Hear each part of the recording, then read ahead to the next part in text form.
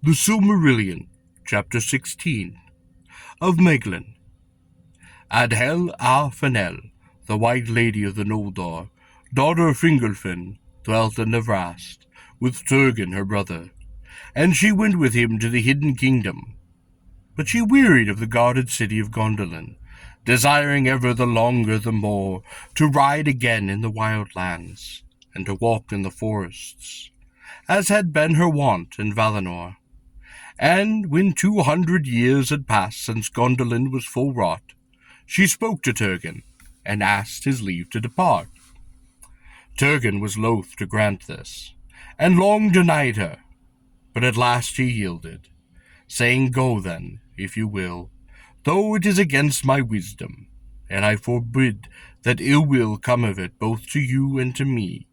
But you shall go only to seek Fingon, our brother, and those that I send with you shall return hinder to Gondolin as swiftly as they may."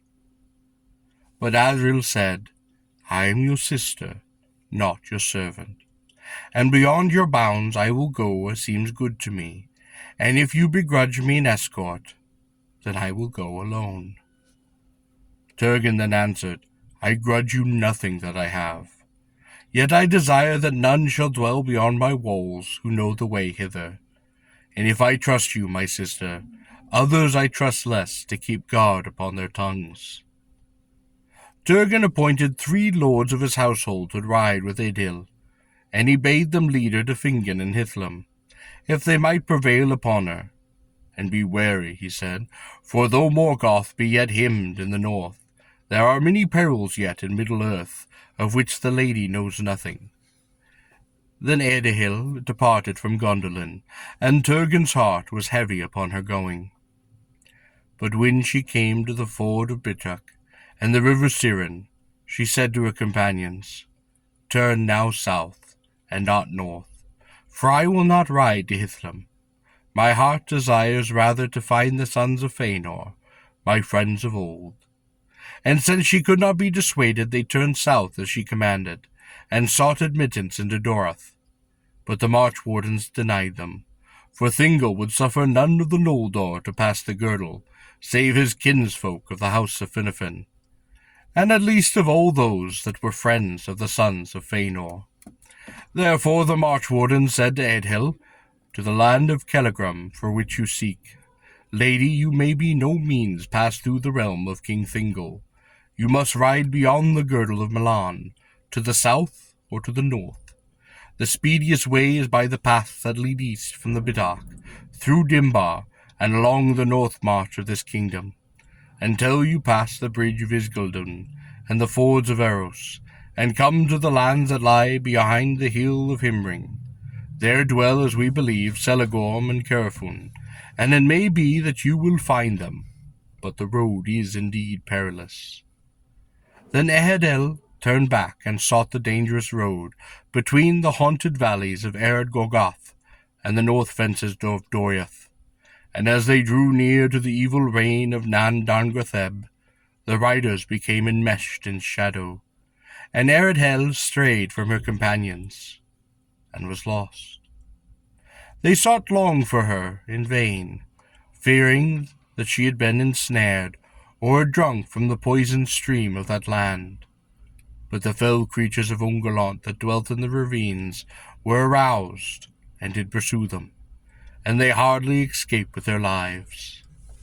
When at last they returned, and their tale was told, there was a great sorrow in Gondolin, and Turgon sat alone, enduring grief and anger in silence. But Eredahel, having sought in vain for her companions, rode on, for she was fearless and hardy of heart, as were all the children of Finwë. And she held upon her way, and crossing Isgildun and Aros, came to the land of Himlid, between Aros and Silin, where Celegorm and Curufin dwelt in those days, before the breaking of the siege of Angband. At that time they were from home, riding with Caranthur east into Thegalin. But the people of Celegorm welcomed her, and bade her stay among them with honours, until their lord did return. There for a while she was content, She had great joy in wandering free in the woodlands. But as the year did lengthen, and Cellegorm did not return, she became restless once more, and took to riding alone ever further and further abroad, seeking for new paths and untrodden glades. Thus it chanced in the waning of the year that Eredhel came to the south of Himlet, and passed over Ceylon, and before she was aware she was enmeshed in Nan Elmoth. In that wood in ages past, Maeglin walked in the twilight of Middle-earth, when the trees were young, and enchantment lay upon it still. But now the trees of Nan Elmoth were the tallest and the darkest in all of Bellerand.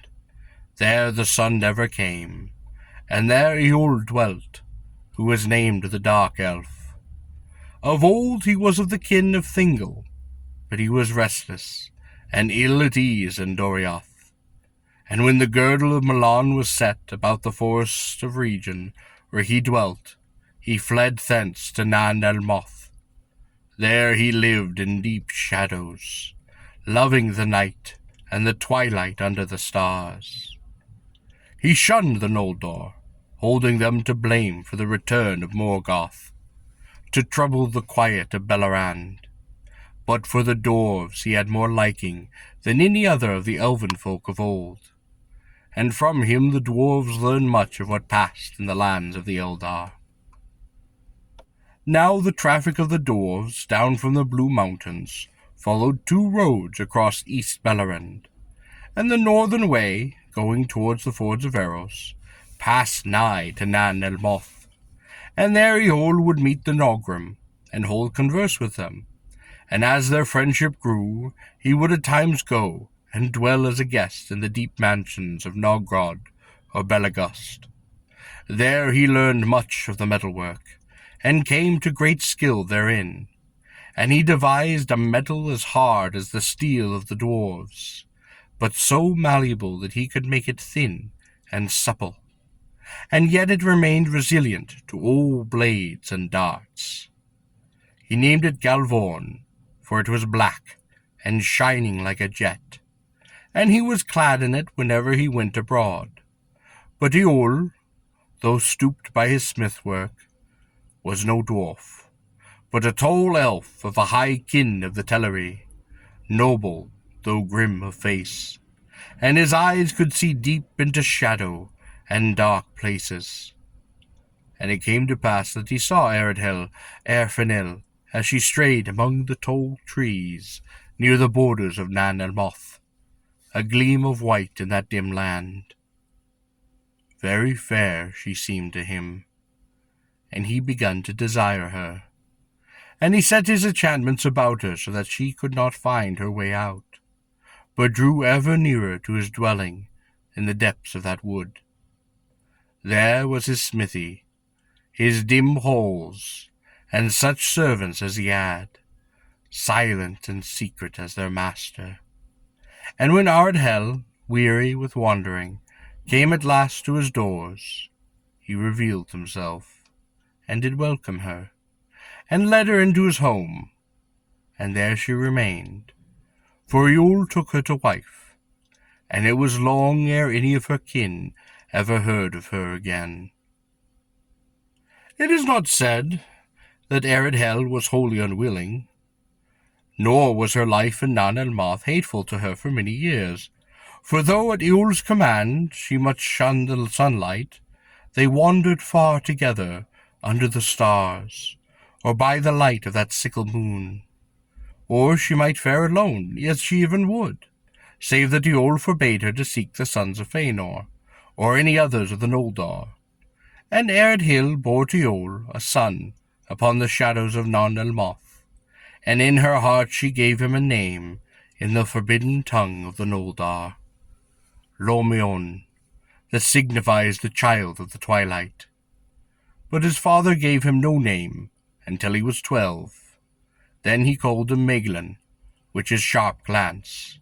For he perceived that the eyes of his son were more piercing than even his own, and his thoughts could read the secrets of hearts beyond the mists of words.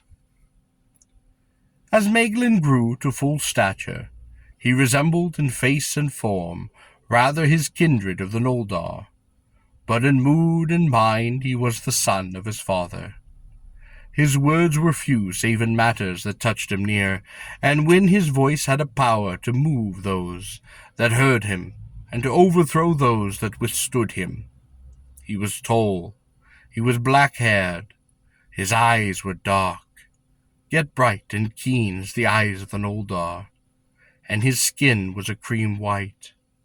Often he went with Eorl to the cities of the dwarves in the east of Ered Lunden, and there he learned eagerly what they would teach, and above all the craft of finding the ores of the metals in the mountains. Yet it is said that Maeglin loved his mother even better. Even for Eorl were abroad, he would sit long beside her, and listen to all that she could tell him of her kin, and their deeds in Eldamar, and of the might and valour of the princes of the house of Fingolfin. All these things he laid to heart, but most of all that which he heard of Turgon, and that he had no heir, for Elwinde was a wife perished in the crossing of the Helcarax, and his daughter's Idrid Celebrindle was his only child. In the telling of these tales, there was awakened in Hel a desire to see her own kin again, and she marvelled that she had grown weary of the light of the Gondolin, and the fountains of the sun, and the green sward of Temblin under the windy skies of spring. Moreover, she was often alone in the shadows, when both her son and her husband had gone away. Of these tales also grew the first quarrels of Maeglin and Eorl, for by no means would his mother reveal to Maeglin where Turgon did dwell, nor by what means one might come thither, and he bided his time, trusting yet to wheedle the secret from her, or perhaps to read her unguarded mind. But ere that could be done, he desired to look on the Noldor, and speak with the sons of Fëanor, which were his kin, that dwelt not far away. But when he declared his purpose to Eorl, his father became wrathful. "You are of the house of Eorl, Maeglin, my son," he said, "not of the Goladrim. All this land is the land of the Telri, and I will not deal, nor have my son deal, with slayers of our kin, the invaders and usurpers of our homes. In this you shall obey me, or I will set you in bonds." And Maeglin did not answer, but he was cold, and he was silent, and he went abroad no more with Eorl, and Eorl grew to mistrust him. It came to pass that at the midsummer the dwarves, as was their custom, bade Eorl to a feast in Nogrod, and he rode away. Now Maeglin and his mother were free for a while to go wherever they wished, and they rode often to the eaves of the wood, seeking sunlight, and desire grew hot in Maeglin's heart to leave Nan Elmoth forever. Therefore he said to Ered, "Lady, let us depart while there is time. What hope is there in this wood for you or for me? Here we are held in bondage.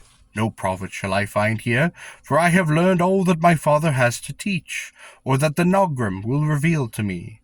Shall we not seek for Gondolin? You shall be my guide, and I shall be your guard."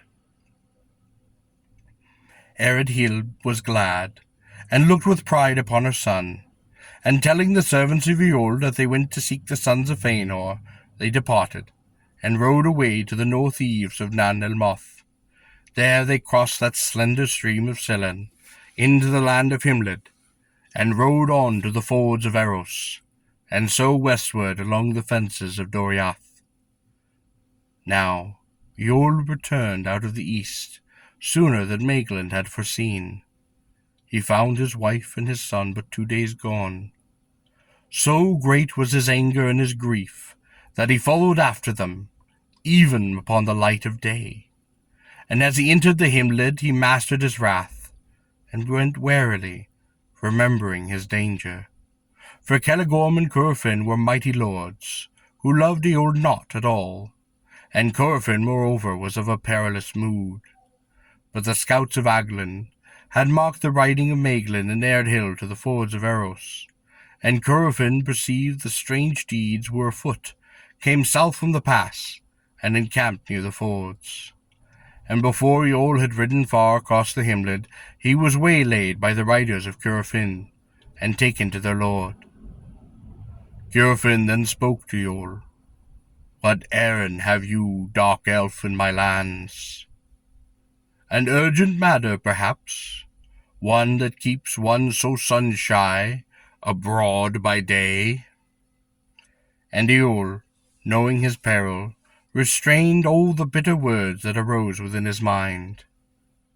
"I have learned, Lord Curufin," he said, "that my son and my wife, the White Lady of Gondolin, have ridden to visit you while I was from home, and it seemed to me fitting that I should join them upon this errand." Then Curufin laughed at Eol, and he spoke. "They might have found their welcome here less warm than they hoped, had you accompanied them. But it is no matter, for that was not their errand. It is not 2 days since that they passed over the Airsock, and thence rode swiftly westward. It seems that you would deceive me, unless, indeed, it is you yourself who has been deceived." And Eol did answer, "Then, Lord, perhaps you would leave me to go, and discover the truth of this matter." "You have my leave, but not my love," said Curufin. "The sooner you depart from my land, the better this will please me." Eol mounted his horse, saying, "It is good, Lord Curufin, to find a kinsman thus kindly at need. I will remember this when I return." Curufin looked darkly upon Eol. "Do not flaunt the title of your wife before me," he said. "For those who steal the daughters of the Noldor, and wed them without gift or leave, do not gain kinship with their kin. I have given you leave to go. Take it. Be gone. By the laws of the Eldar I may not slay you upon this time, and this counsel I add. Return now to your dwelling in that darkness of Non Elmoth, for my heart warns me that if you now pursue those who love you no more, neither will you return thither." Then Eol rode off in haste, and he was filled with a dark hatred for all the Noldor, for he perceived now that Maeglin and Eardhill were fleeing to Gondolin, and driven by anger and hurt and the shame of his humiliation, he crossed the fords of Eros, and rode hard upon the way that they had gone before. But though they knew not that he followed them, and he had the swiftest of steed, he came never in sight of them, until they reached the Brithiach, and abandoned their horses. And by ill fate they were betrayed, for the horses did neigh loudly, and Eol's steed did herd them, and speed towards them. And Eol saw from afar the white raiment of Eardhill, and marked which way she went, seeking the secret paths into the mountains. Now Eardhill and Maeglin came to the outer gate of Gondolin, and the dark guard under the mountains. There she was received with joy, and passing through the 7 gates she came with Maeglin to Turgan upon Amon Gweth. Then the king listened with wonder to all that Eardhill had to tell, and he looked with liking upon Maeglin, his sister's son, seeing in him one worthy to be accounted among the princes of the Noldor. "I rejoice indeed that Eärfenil has returned to Gondolin," he said, "and now may fair again shall my city seem than in the days when I deemed her lost, and Maeglin shall have the highest honours within my realm." Then Maeglin bowed low, and took Turgan for lord and king, to do with all his will. But thereafter he stood silent and watchful, for the bliss and splendour of Gondolin surpassed all that he had imagined from all the tales of his mother. And he was amazed by the strength of the city, and the hosts of its people, and the many things strange and beautiful that he beheld. Yet to none were his eyes more often drawn than to Idril, the king's daughter, who sat beside him, for she was as golden as the Vanyar, her mother's kindred, and she seemed to him as the sun from which all the king's hall drew its light.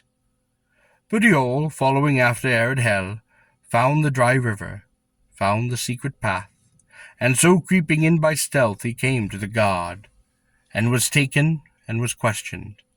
And when the god heard that he claimed Eredhel as his wife, they were amazed, and sent a swift messenger to the city, and he came to the king's hall.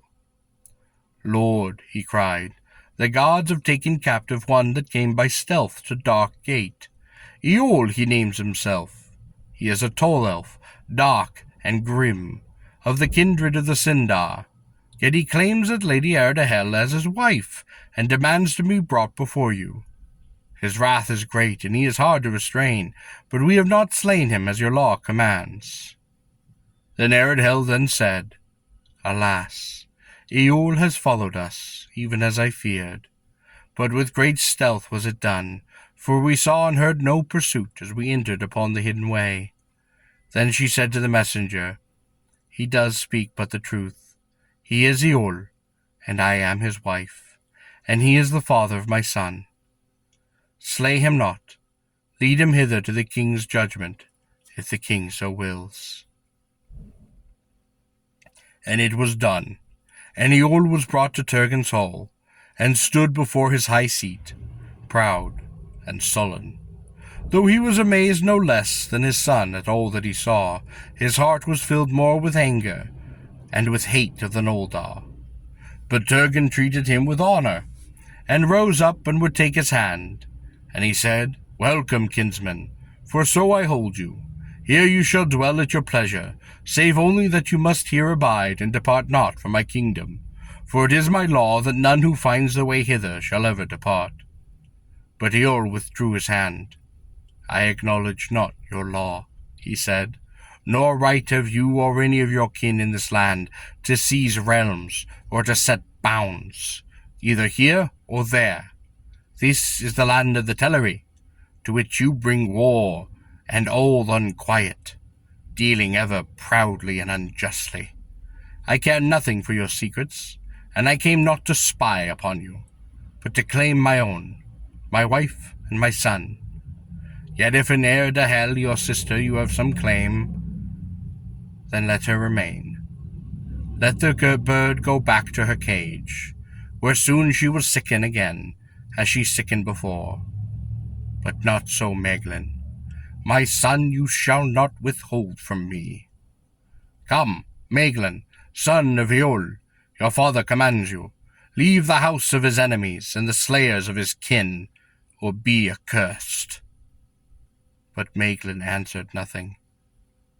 Then Turgon sat upon his high seat, holding his staff of doom, and in a stern voice he spoke, "I will not debate with you, dark elf. By the swords of the Noldor alone are your sunless woods defended.